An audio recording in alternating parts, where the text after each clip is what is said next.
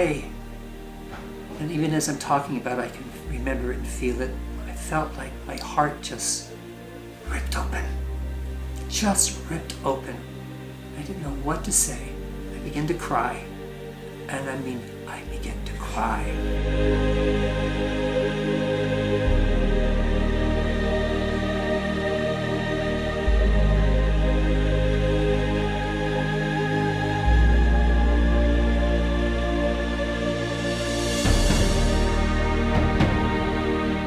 I was teaching this and I didn't believe what I was teaching.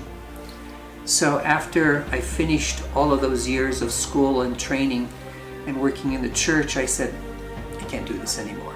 And so I left the church. And I said, but now what am I going to do?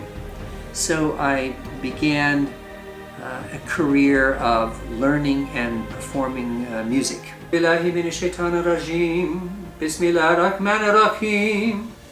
اللهم أنت السلام ومنك السلام وإليك يعود السلام. But my heart was empty. You know, I was doing music because it was so important and the applause was wonderful and it was a great life, but something was missing.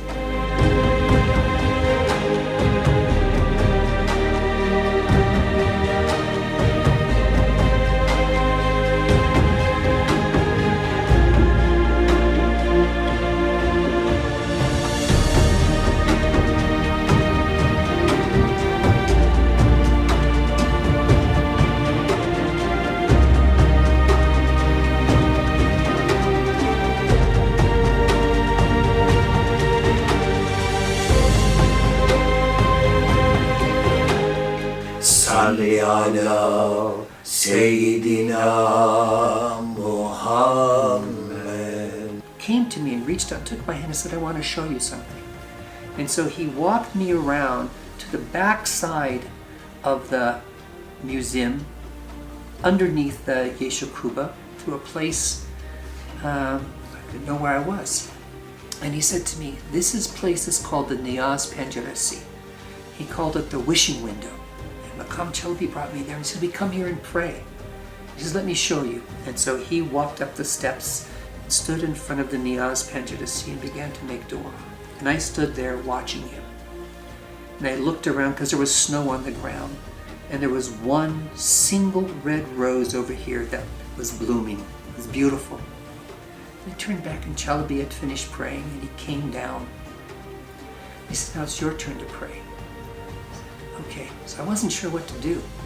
So I walked up the stairs and I stood in front of the Niyaz Penjarasi and I could see Rumi's sanduka. I could see his sarcophagus.